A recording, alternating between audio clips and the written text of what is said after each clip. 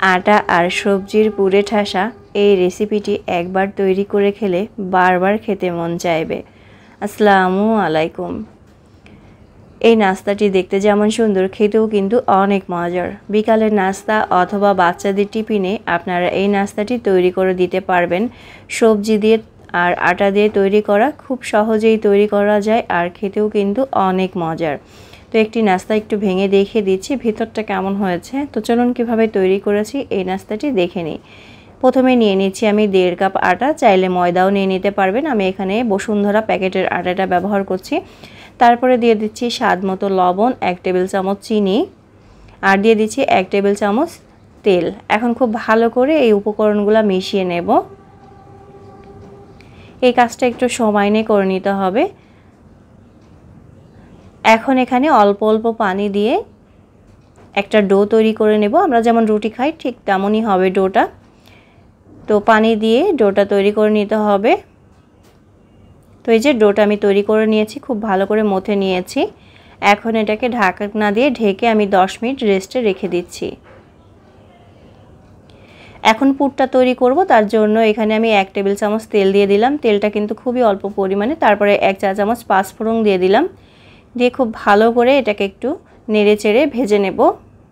তারপরে দিয়ে দিচ্ছি পেঁয়াজ কুচি 1/4 কাপ।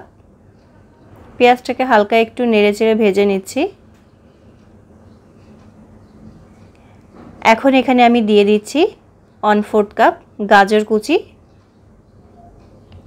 আর 1/2 কাপ পেঁপে কুচি। তারপরে 1/2 চা চামচ হলুদের গুঁড়া দিয়ে দিলাম আর 1/2 চা চামচ মরিচের গুঁড়া দিয়ে দিচ্ছি। মরিচটা আপনাদের স্বাদ অনুযায়ী আপনারা দিয়ে নেবেন। 1/2 চা চামচ জিরা গুঁড়া দিয়ে দিলাম। দিয়ে খুব ভালো করে মিশিয়ে নিয়েছি। চাইলে এখানে আপনারা অন্য কোনো সবজিও কিন্তু অ্যাড করতে পারবেন। খুব ভালো করে সব সবজিগুলো একটু ভেজে নেব। এখন এখানে দিয়ে দিচ্ছি স্বাদ মতো লবণ, দিয়ে আবারও খুব ভালো করে মিশিয়ে নিচ্ছি। নেড়েচেড়ে এটাকে একটু ভালো করে ভেজে নিতে হবে। এখন এখানে আমি 1/2 কাপ সিদ্ধ করা আলু দিয়ে দিচ্ছি আর 2টা কাঁচামরিচ কুচি দিয়ে দিচ্ছি আর 1 টেবিল চামচ ধনিয়া পাতা কুচি দিয়ে দিচ্ছি। এখন এই সবগুলো উপকরণ খুব ভালো করে মিশিয়ে নেব। আপনারা যদি বেশি করে তৈরি করতে চান তাহলে সব কিছুর পরিমাণটা বাড়িয়ে নেবেন। এখন এটাকে খুব ভালো করে মিশিয়ে নিয়ে 1 মিনিট মতো ভেজে নিলেই কিন্তু এই পুরটা রেডি হয়ে যাবে। আর এই সবজির পুরে ভরা এই নাস্তাটি খেতে কিন্তু অনেক বেশি খাস্তা হয়, খেতে খুবই মজার হয়। তো এই যে এটা হয়ে গিয়েছে, এখন এটাকে নামিয়ে এক সাইডে ঠান্ডা করতে রেখে দিচ্ছি। আর এদিকেও এটাও কিন্তু সেট হয়ে গিয়েছে। এখন আবার একটু ভালো করে মথে নিচ্ছি। নিয়ে এখান থেকে 2টা ভাগে ভাগ করে নেব। তারপরে একটা বড় রুটির মতো বেলে নেব। তবে রুটিটা কিন্তু বেশি পাতলা না আবার বেশি পুরুও না, এমন হবে। তো এখানে একটু আটা ছিটিয়ে নিয়ে খুব ভালো করে রুটিটাকে বেলে নিচ্ছি। আমরা কিন্তু রুটি সবাই বেলতে পারি, তাই ওইভাবে আর রুটি বেলাটা দেখানো হচ্ছে না, সামান্য একটু বেলে দেখিয়ে দিচ্ছি। তো এটা আমি একটু বড় করে বেলে নেব। এই যে দেখুন এত বড় করে বেলে নিয়েছি। আর এর পুরুত্বটা একটু দেখিয়ে দিচ্ছি। একদম বেশি পাতলাও না আবার বেশি পুরুও না। আর একটা কৌটার মুখ নিয়ে এভাবে করে কেটে নিচ্ছি। আপনারা স্টিলের গ্লাস অথবা যে কোনো কৌটার মুখ দিয়ে এভাবে করে কেটে নিতে পারবেন।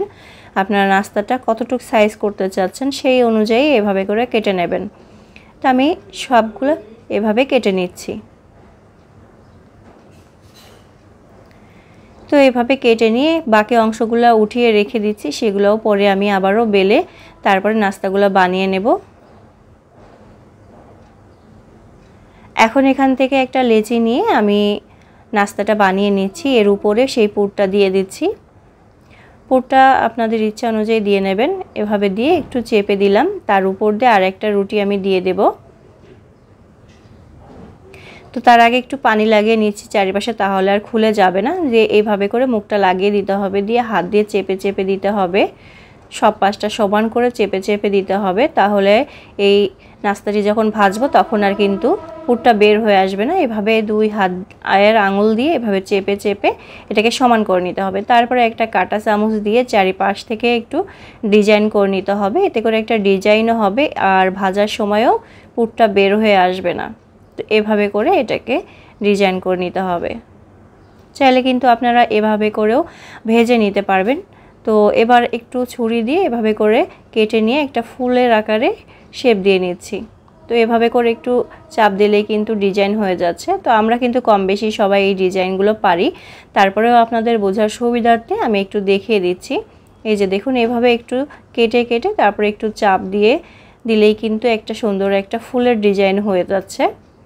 এই নাস্তাগুলো কিন্তু দেখতেও সুন্দর, খেতেও অনেক মজার। তো এই যে এভাবে করে একটু করে করে এভাবে করে কেটে নিতে হবে আর একটা করে ডিজাইন দিয়ে নিতে হবে।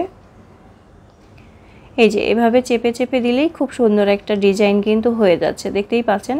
আশা করি আজকের এই সহজ রেসিপিটি আপনাদের ভালো লাগবে। যদি ভালো লেগে থাকে অবশ্যই পেজটাতে ফলো দিয়ে পাশে থাকবেন।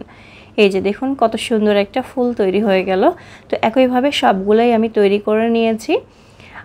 তো আগে থেকে চুলার পরে একটি কড়াই দিয়ে তেল গরম করে নিয়েছি। এখন একটা একটা করে নাস্তাগুলো দিয়ে দিচ্ছি। আর চুলার আঁচটা অবশ্যই লোতে রেখে এটা ভেজে নিতে হবে, তাহলে অনেক বেশি ক্রিস্পি হবে আর নাস্তাগুলো দেখতেও সুন্দর লাগবে। আর প্রথমেই যদি জোরে জাল দিয়ে ভাজেন তাহলে কিন্তু নাস্তাগুলো দেখতেও ভালো লাগবে না আর খেতেও ভালো লাগবে না। এক পাশ যখন হালকা একটু হয়ে যাবে তখন এভাবে উল্টিয়ে দিতে হবে। তো এভাবে আমি সব নাস্তাগুলাই কিন্তু ভেজে নেব। সবগুলা যেহেতু এটা ফুল একটু বড় টাইপের, তাই সব নাস্তা কিন্তু একবারে ভাজা যাবে না, 4-5টা একবারে ভেজে নিতে হবে আর চুলার আঁচটা লোতে রেখেই ভেজে নিতে হবে, তাহলে নাস্তাগুলো অনেক বেশি ক্রিস্পি হবে।